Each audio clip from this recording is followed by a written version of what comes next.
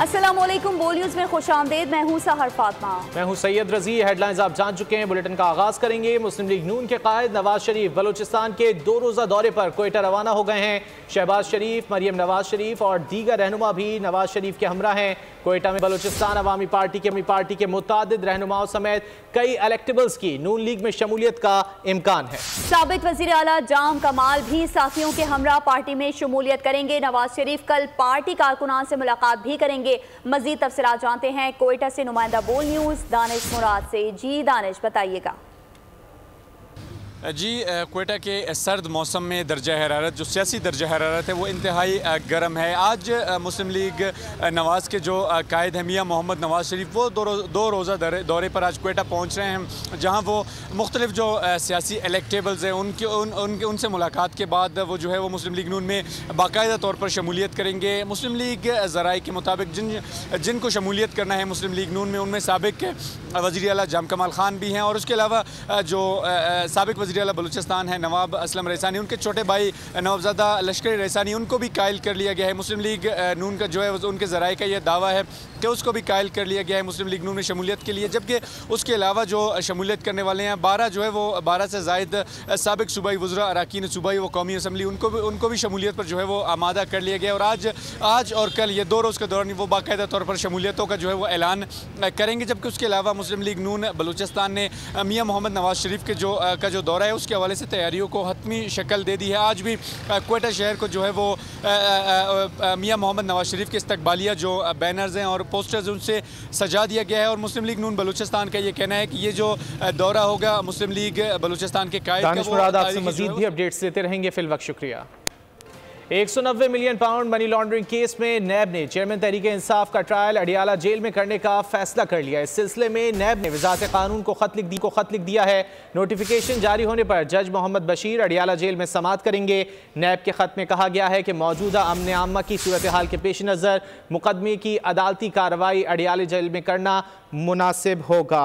190 million pound money laundering case में नैब ने chairman Tehreek Insaf का ट्रायल अडियाला जेल में करने का फैसला कर लिया है। इस सिलसिले में नैब ने वज़ारत कानून को खत लिख दिया है।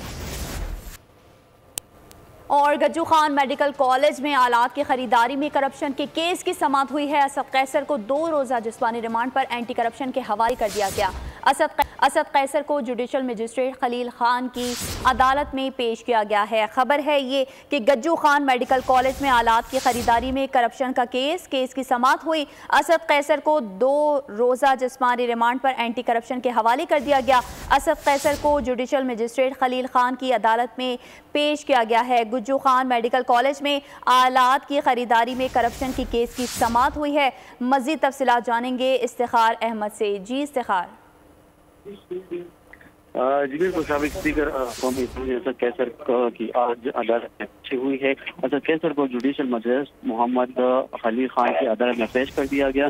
याद रहे कि असद कैसर पर गज्जू खान मेडिकल कॉलेज तबाबी के लिए तिब्बी आलात की खरीदारी में करप्शन का इल्ज़ाम है। असद कैसर को कल रात इस्लामाबाद से तबाबी मुंतकिल किया गया था और उनका सहाफ़ियों से कहना था कि अल्लाह को जो मंजूर हुआ हम उम्मीद अच्छे रखते हैं, मैं तहरीक इंसाफ में हूँ और रहूँगा।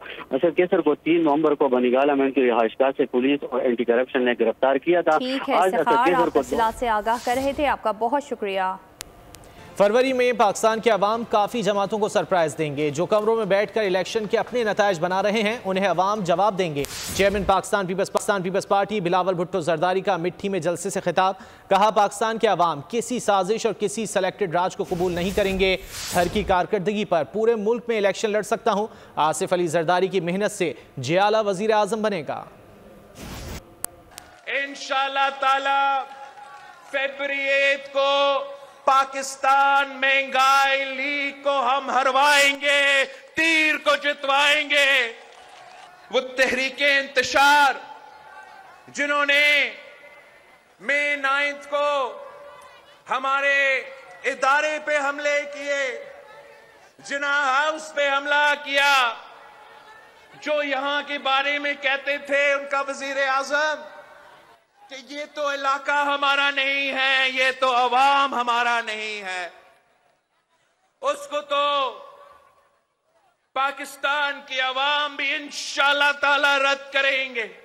पाकिस्तान के अवाम ने 5 साल सिलेक्टेड राज अब भुगता है। अब आगे जाके हमें कोई सिलेक्टेड राज कबूल मेहनत की वजह से चंद महीनों के लिए उनका वजीर आजम बन सकता है, तो इस दफा सदर जरदारी की मेहनत से इंशाअल्लाह ताला जी आला भी वजीर आजम, जी आला भी वजीर आला बन सकता है।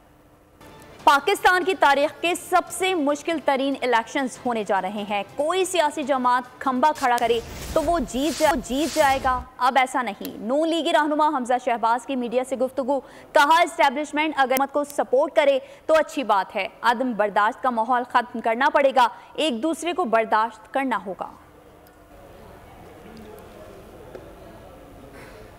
और अब जिक्र करेंगे गजा की सूरत हाल का। अहले फ़लस्तीन के खिलाफ इसराइली बर्बरियत को 39 रोज हो गए। शोहदा की मजमूई तादाद 11,240 तक जा पहुंची। जबालिया पनाह कैंप पर बमबारी से 30, खान यूनुस में 40 फ़लस्तीनी शहीद हुए हैं। इसराइली फौज गजा के सबसे बड़े अल-शिफा अस्पताल के दरवाजों तक पहुंच गई। गजा और मगरबी किनारों पर बारूद की बारिश। इसराइली वहशियाना बमबारी का 39वां रोज। जबालिया पनाह कैंप पर बमबारी से 30 फ़लस्तीनी शहीद हुए। अरब मीडिया के मुताबिक इसराइल ने 12 रिहायशी इमारतों को निशाना बनाया। खान यूनिस पर इसराइली हमले से 40 फ़लस्तीनी शहीद, मुतादिद ज़ख्मी हो गए। तुलकरम में इसराइली फायरिंग से 1 फ़लस्तीनी नौजवान शहीद जबकि 3 ज़ख्मी हो गए। खान यूनिस में 2 इमारतों को निशाना बनाया गया। इसराइली फ़ौजी मगरबी किनारे के शहर तुलकरम पर बुलडोज़र लेकर चढ़ दौड़े। घर, गाड़ियों समेत दीगर अमलाक रौंद डाली। ड्रोन हमले में 5 फ़लस्तीनी नौजवानों को शहीद कर दिया गया। इसराइली फ़ौजी गजा के सबसे बड़े अल-शिफा अस्पताल के दरवाज़ों तक पहुंच गई। अस्पतालों के अतराफ शदीद फायरिंग और शेलिंग की गई। सेहूनी फ़ौज ने दाखिली रास्ते पर 21 जंगजुओं को निशाना बनाने का दावा कर दिया।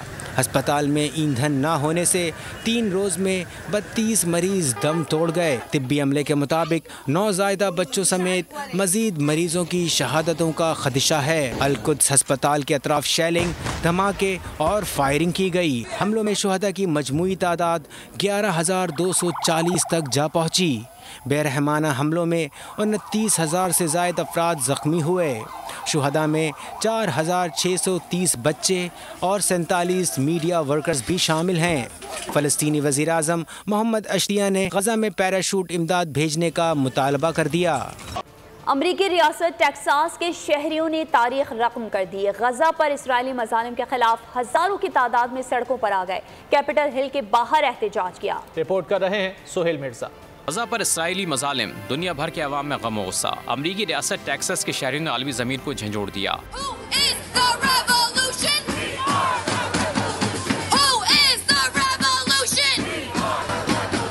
शहरी मजलूमों से इज़हार यकजहती के लिए पाबंदियों को खातिर में न लाए। रियासत के कोने कोने से दारुल खिलाफा ऑस्टिन पहुंचे। इसराइल को दी गई इमदाद के खिलाफ कैपिटल हिल के बाहर एहतजाज रिकॉर्ड कराया। तकरीबन पूरे टेक्सास से लोग यहाँ पे जमा हैं, सिर्फ इसके लिए कि प्रोटेस्ट कर रहे हैं कि जो फ़लस्तीन में ये इतना जुल्म हो रहा है, उस चीज़ के लिए हम यहाँ पे टेक्सास के ऑस्टिन कैपिटल प्रोटेस्ट करने के लिए यहाँ पे सब जमा हैं। मुजाहिरीन ने गजा में फौरी जंग बंदी का मुतालबा कर दिया। बॉम्ब किलिंग हो रही है और मर्डर्स हो रहे हैं, तो हम उस हवाले से यहाँ पर मौजूद हैं।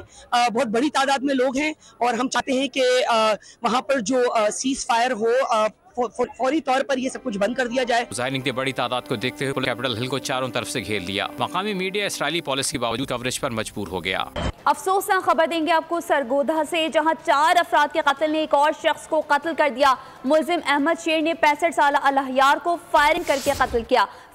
फायरिंग का वाकया थाना कोट मोमिन के हुदूद में पेश आया। मुलजिम की दीगर अफराद को धमकियां देने की वीडियो भी बोल न्यूज़ पर है, जबकि पुलिस ने मुलजिम की गिरफ्तारी के लिए 5 लाख रुपए इनाम रखा है। मुलजिम ने गुज़िश्ता रोज 4 रिश्तेदारों को घर में घुसकर कत्ल किया था। IMF और हुकूमत पाकिस्तान के दरमियान मुज़ाकरात। IMF आज अपने मुतालबात और सिफारिशात से आगाह करेगा। जराये के मुताबिक जायजा मुज़ाकरात की कामयाबी से तकमील में कोई बड़ा चैलेंज नहीं। पॉलिसी सतह के मुज़ाकरात 15 नवंबर तक शेड्यूल्ड है। जराये के मुताबिक IMF ने अहदाफ के मुताबिक पावर सेक्टर गर्दिशी कर्जा और प्राइमरी बैलेंस सरप्लस के अहदाफ नामुकम्मल होने पर तशवीश का इजहार कर दिया। जराये के मुताबिक विफाक का प्राइमरी बैलेंस सरप्लस का टारगेट 417 अरब के बजाय 400 अरब रुपए रहा। पावर सेक्टर गर्दिशी कर्जे पर पॉलिसी सतह के मुज़ाकरात में आइंदा 2 रोज में अहदाफ पर नजरसानी होगी। और कुछ बात पाकिस्तान स्टॉक एक्सचेंज की, जहां पर रिकॉर्ड तेजी के बाद मिला जुला रुझान देखा जा रहा है। 100 इंडेक्स में 300 पॉइंट्स की कमी हो गई और 100 इंडेक्स 56,000 के लगभग ट्रेड कर रहा है। मजीद जानेंगे कराची से बोल न्यूज़ के नुमाइंदे कफील अहमद से। कफील बताइए। पाकिस्तान स्टॉक एक्सचेंज आज एक और जो है हाई बनाया था और 56,800 के लेवल पे मार्केट जो है वो ट्रेड हुई और उसके बाद मार्केट में नेगेटिविटी आई। मेरे साथ मौजूद हैं यासीन साहब जो कि स्टॉक डीलर भी हैं, उनसे जानते हैं यासीन साहब क्या हुआ मार्केट ने हाई बनाया, उसके बाद मार्केट नीचे आई थोड़ी सी, क्या अपना कैसे देखते, सेंटिमेंट कैसा है? सर मैं मार्केट का लेवल भी आपके सामने ही 56,700 इंडेक्स है और कुछ बड़े मोटर सेक्टर और वो ऑटो सेक्टर और क्या बोलते हैं उसको सीमेंट सेक्टर वगैरह इतने रेट हैवी। अब वो हल्का सा भी यहाँ 30-40 रुपए घटता है तो पॉइंट्स तो नीचे आएंगे ना। अब रोज़ हज़ार पॉइंट की तेज़ी मार्केट में थोड़ी दे रहेगी। और तो किस तरह देखते हैं दीगर जो अपना सेक्टर कौन कौन से हैं जो अच्छे अभी लग रहे हैं और आइंदा कैसे देखते हैं? अच्छे असल में कुछ सिलेक्टेड आइटम है इतनी ज़्यादा बढ़ी हुई है ना, जैसे आपके सामने सीमेंट वगैरह लकी सीमेंट वगैरह 700 रुपये रेट कर दिए हैं उसके। तो अब ये थोड़े से 20-30-40 रुपये घटेंगे तो इसमें पॉइंट्स तो ऑलरेडी नीचे आने के ही है ना। तो ये सारी चीज़ें हैं क्योंकि जो बड़े शेयर हैं मोटर सेक्टर वगैरह के इतने शेयर बढ़े हैं क्योंकि अभी मार्केट सिर्फ इंस्टीट्यूशन वगैरह के हाथ में है, तो बहुत मोहतात होकर थोड़ा सा काम करना चाहिए, एहतियात होकर। मुमकिन तौर पे सेंटिमेंट तो पॉजिटिव, लेकिन थोड़ी बहुत जो करेक्शन है वो अपने तौर पे देखी जा रही है मार्केट में। ठीक है कफील, आपका बहुत शुक्रिया। और डॉलर की कदर में इजाफे की वजह से आलमी मंडी में पेट्रोल सस्ता होने का फ़ायदा अवाम को मुंतकिल नहीं हो सकेगा। 16 नवंबर से पेट्रोल 2 से 3 रुपए महंगा होने का इम्कान है। जराये का कहना है कि हाई स्पीड डीजल की कीमत 8.5 रुपए तक कम हो सकती है। मिट्टी का तेल भी 5.5 रुपए सस्ता होने का इम्कान है।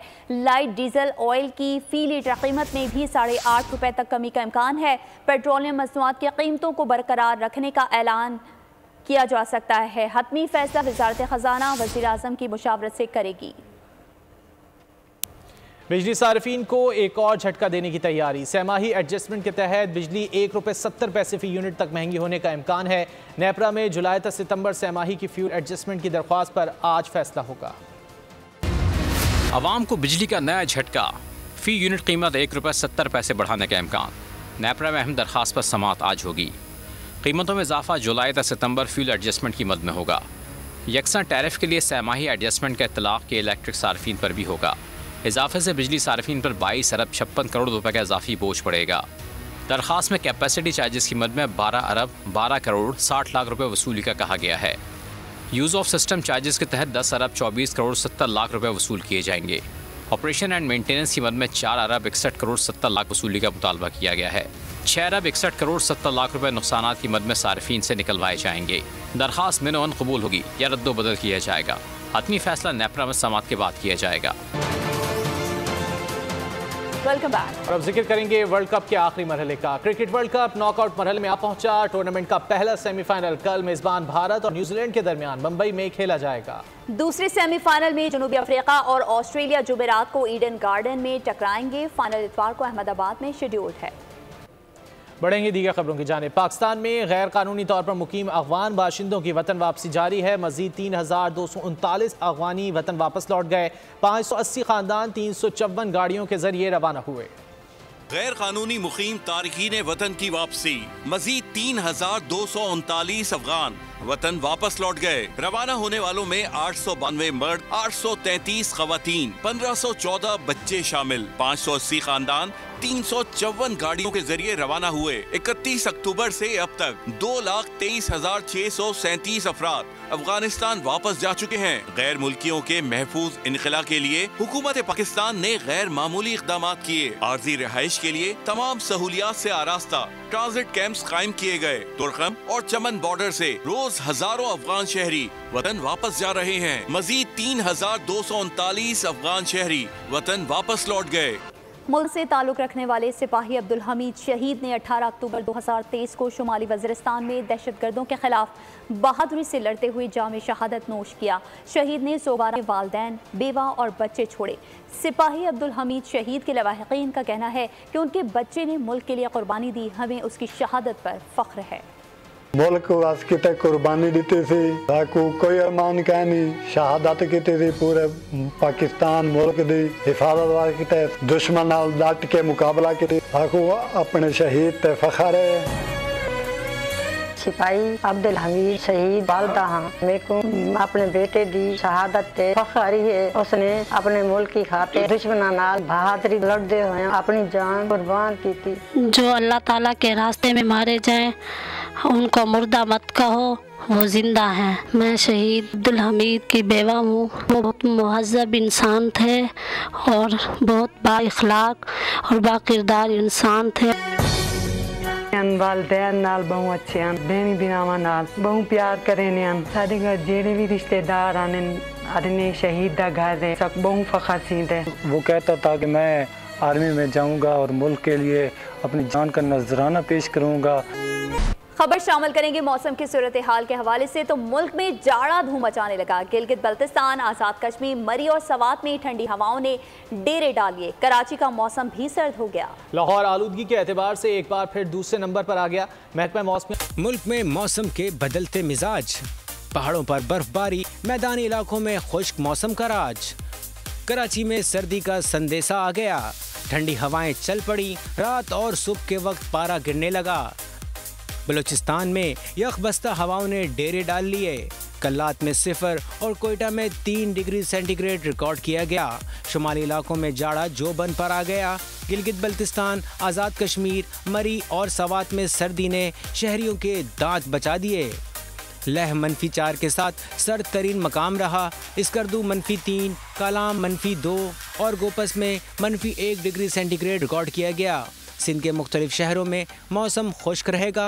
खैबर पख्तूनख्वा और पंजाब के मुख्तलिफ शहरों में फिर धुंध ने मंजर धुंधला दिए। सुबह के वक्त मोटरवेज को मुख्तलिफ मकामात से बंद किया गया। स्मॉग में रोज बरोज इजाफा। लाहौर दुनिया के आलूदा तरीन शहरों में दूसरे नंबर पर आ गया। इंतजामिया की जानिब से धुआं छोड़ने वाली गाड़ियों के खिलाफ एक्शन किया जा रहा है। आज का एयर क्वालिटी इंडेक्स क्या है, जानते हैं नुमाइंदा लाहौर फातिमा शिराजी से। जी फातिमा। बिल्कुल, स्मोग में दिन ब दिन इजाफा होता जा रहा है। गुज़िश्ता कई रोज़ पहले जो बारिश हुई थी उसके पेश नज़र जो स्मोग एयर क्वालिटी इंडेक्स है जो 500 से ज़्यादा तजावुज़ कर गया था, 120 तक आ गया। लेकिन अब जो है दिन ब दिन इसमें इजाफा होता जा रहा है। दुनिया में आलूदगी के शहरों में लाहौर का दूसरा नंबर आया है और इस वक्त जो एयर क्वालिटी इंडेक्स है वो 224 है। और बारिश होगी तो एयर क्वालिटी इंडेक्स में स्मोग में भी कमी आएगी। लेकिन महकमा मौसमियात के मुताबिक अभी अगले 10 रोज़ तक बिल्कुल भी बारिश नहीं है। और सेहत के हवाले से बच्चों, बुजुर्गों और नौजवानों को ये चाहिए कि मास्क का ज़्यादा से ज़्यादा इस्तेमाल करें, क्योंकि ये एक स्लो पॉइजन है जो आपके फेफड़े जो है वो तबाह करता है। आँखें और नाक, कान, गला जैसी बीमारियाँ लेकर आता है। बदलता मौसम है और जानिब से भी ये इंस्ट्रक्शंस दी गई हैं कि इसका जो एहतियाती तदाबीर खसूसी तौर पर बताई गई हैं उस पर ज़रूर अमल किया जाए। जी बहुत शुक्रिया आपका। और अब रुख करते हैं आज़ाद कश्मीर की सबसे हसीन वादी नीलम का, जहां बर्फबारी के बाद सयाहों ने भी वादी को कर लिया है। नीलम के इस दिलफरेब मनाजिर को देखने के लिए और अपने कैमरों में रिकॉर्ड करने के लिए एक नौबेहाता जोड़े ने भी वहां का रुख कर लिया है और मौसम को एंजॉय कर रहे हैं। मजीद अहवाल बता रहे हैं नुमाइंदा बोल न्यूज़ नीलम मुमताज़ अहमद भट्ट। मुमताज़ बताइए। जी बिल्कुल, गुज़श्ता 2 रोज़ के बर्फबारी के बाद वादी नीलम का जो मौसम है वो इंतहाई दिलफरेब हो चुका है। इस वक्त मैं मौजूद हूँ वादी नीलम के सियाती मकाम केरन में। सियाती एतबार से भी सियाहों की बड़ी तादाद वादी नीलम का रुख किए हुए है। मुख्तलिफ सियाती मकामात पर रश लगा हुआ है। इस हसीन जमील मौसम के नज़ारे और बुलंद बाला चोटियों पर बर्फ़ को देखने के लिए स्याहों की बड़ी तादाद नीलम वैली में मौजूद है। बहुत खूबसूरत है, हमने बहुत इंजॉय किया। पिछले 2 दिन से हम यहीं पे हैं, हमने डिफरेंट एरियाज़ भी एक्सप्लोर किए और यहाँ पे हमने बहुत ही इंजॉय किया है और बहुत ही ज़बरदस्त यहाँ का एम्बियंस है। और ख़ुसूसी अभी ऑटम है तो ये पत्ते गिर रहे हैं और रेडिश जो एक कलर्स और एक न्यू कलर्स इसमें आ रहे हैं। जो एक मसियात है वो अगर रोड्स की तरफ तवज्जो दे और सियाती मकामात के जो साइन बोर्ड हैं मुख्तलिफ जगह पे वो पार्क बनाएं तो वादी अंदर सियात बे अंतात तरक्की कर सकती है। स्विट्जरलैंड जैसे ममालिक को भी कश्मीर पीछे छोड़ सकते हैं। मुमताज़, आपका बहुत शुक्रिया। मौसमी सरमा के आगाज के साथ ही खुश्क मेवाजात की मांग में भी इजाफा हो गया। फैसलाबाद में भी ड्राई फ्रूट की मलका मूंगफली की तैयारी शुरू कर दी गई। मूंगफली को कैसे तैयार किया जाता है देखते हैं फैसलाबाद से उवैस सत्तार की इस रिपोर्ट में। मूंगफली गरीबों का बादाम। सर्दी हो और गरम गरम रेत में भुनी मूंगफलियों की खुशबू हो तो हर कोई उसकी तरफ खिंचा चला आता है। फैसलाबाद में ड्राई फ्रूट की मलका मूंगफली की तैयारी शुरू कर दी गई है। ये मूंगफली में पहले इसमें रेता डालते हैं, फिर बाद में गर्म हो जाती है तो इसमें मूंगफली डाल देते हैं। मूंगफली डालते हैं, फिर इसकी बनाई होती है 15-20 मिनट में, फिर इसको तैयार करके बोरी में डाल के बाहर दे देते हैं। मार्केट में कीमतें बढ़ी तो शहरी मूंगफली तैयार करने वालों से ही खरीदने पहुंच गए। आगाज हो गया है सर्दियों का तो बच्चे आजकल बहुत ज्यादा जिद करते हैं मूंगफली खाने के लिए। बाजार में बहुत महंगे दाम मिल रहे हैं और ये अच्छे बंदे हैं, इनसे मूंगफली जरा रायत मिल जाती है। जो भी लें, चकवाल ले लें, गुजर खान ले लें, मूंगफली भी अच्छी है और रायत है। बाजार से रायत है इसलिए इनके पास आ जाते हैं लेने के लिए। मुख्तलिफ शहरों से आने वाली मूंगफली की मुख्तलिफ इक़साम और रेट्स हैं जिन्हें गर्म रेत में भून कर दुकान पर फरोख्त किया जाता है। कैमरामैन मोहम्मद शाहिद के साथ उवैस सत्तार, बोल न्यूज़, फैसलाबाद। रुबाब से सुरीली धुनें चित्राल के सिंगर ने समा बांध दिया। इरफान अली ताज बने दुनिया बोल है में मेहमान। कहते हैं म्यूजिक इंडस्ट्री की ज़रूरियात के साथ अपनी जुबान और अपने कल्चर पर फोकस ज़्यादा है। इब्ने आदम हूँ मैं, गलतियों का पुतला क्या करूं। तुम खुदा हो, रहनुमा हो इस ज़मीं में आसमां में, मेरे जिस्म मेरी जान में मेरी रूह में बसे हो। तुझ में सब है, सब में तू है, फिर भी हो रही खता है, मुझको माफ करो।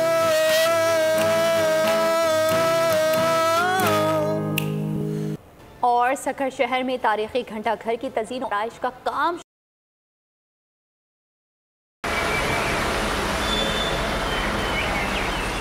सखर का तारीखी घंटाघर चौक से शहर के अहम इलाकों और मार्केटों को रास्ते निकलते हैं। 1937 में तामीर होने वाले तारीखी घंटाघर मुतल्लिक़ा इदारों की अज़म तवज्जो के सबब अपना हुस्न खो बैठा, लेकिन बिलाखिर सखर म्यूनसिपल कॉरपोरेशन को इसका ख्याल आ ही गया। जिस तरह दूसरे शहरों में घंटाघर बने में, फैसलाबाद में है, दूसरे इलाकों में ज़िला में है, तो ये एक खुशनसीबी है हमारी कि सखर आज भी अपनी जो है नासल हालत में ये घंटाघर मौजूद है और इसको बचाने के लिए, इसकी तज़ीन और आराइश के लिए सखर म्यूनसिपल कॉरपोरेशन अपना जो है वो काम शुरू कराया है हमने और इंशाअल्लाह ताला ये जल्द मुकम्मल हो जाएगा।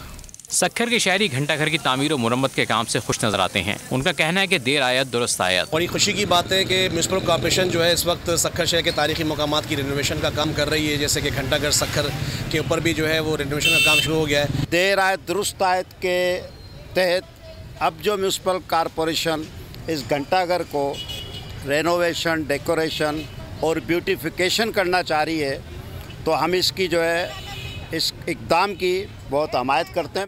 तारीख़ी इमारत हमारा विरसा है। ऐसी तारीख़ी इमारत की तज़ीन व आराइश और उनको महफूज रखना इंतज़ामिया की ज़िम्मेदारी है।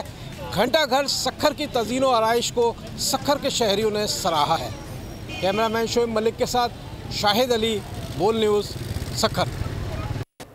आगे बढ़ते हैं। अहम खबर दें आपको, पीपल्स पार्टी के खिलाफ माजी में भी इत्तेहाद बनाया गया। आसिफ अली जरदारी की जानिब से कहा गया है ऐसे इत्तेहादियों की कोई परवाह नहीं। साबिक सदर आसिफ अली जरदारी ने कहा कि कुछ लोग इक़्तिदार के लिए इत्तेहादी बनाते हैं मगर हमारे लिए अवाम ही काफ़ी हैं।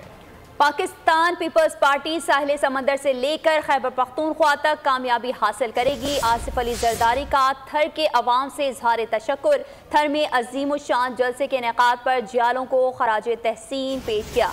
आपको बता रहे हैं कि पाकिस्तान पीपल्स पार्टी के खिलाफ माजी में भी इत्तेहाद बनाए गए, ऐसा कहना था आसिफ अली जरदारी का। मजीद कहा कि ऐसे इत्तेहादों की कोई परवाह नहीं। साबिक सदर आसिफ अली जरदारी ने कहा कि कुछ लोग इक़्तिदार के लिए इत्तेहादी बनाते हैं, मगर हमारे लिए अवाम ही काफ़ी हैं। आसिफ अली जरदारी ने कहा कि पाकिस्तान पीपल्स पार्टी साहिल समंदर से लेकर खैबर पख्तूनख्वा तक कामयाबी हासिल करेगी। आसिफ अली जरदारी का थर के अवाम से इजहार तशक्कुर। थर में अजीम शान जलसे के इनेकाद पर जियालों को खराज तहसीन पेश किया। वज़ीर तवानाई की सरबराही में पाकिस्तानी वफ़द तेहरान पहुँच गया। ईरान पाकिस्तान गैस पाइपलाइन मंसूबे पर बात होगी। पाकिस्तान को मार्च 2024 तक पाइपलाइन तामीर करनी है। डेडलाइन तक तामीर न होने पर ईरान आलमी अदालत जा सकता है। ईरान से $18 अरब तक जुर्माने का मुतालबा कर सकता है। पाकिस्तानी वफ़द ईरान से डेडलाइन में तोसी मांगेगा। वज़ीर तवानाई की सरबराही में पाकिस्तानी वफ़द तेहरान पहुँच गया है। ईरान पाकिस्तान गैस पाइपलाइन मंसूबे पर बात होगी। पाकिस्तान को मार्च 2024 तक पाइपलाइन तामीर करनी है। डेडलाइन तक तामीर न होने पर ईरान आलमी अदालत जा सकता है। ईरान पाकिस्तान से $18 अरब तक जुर्माने का मुतालबा भी कर सकता है।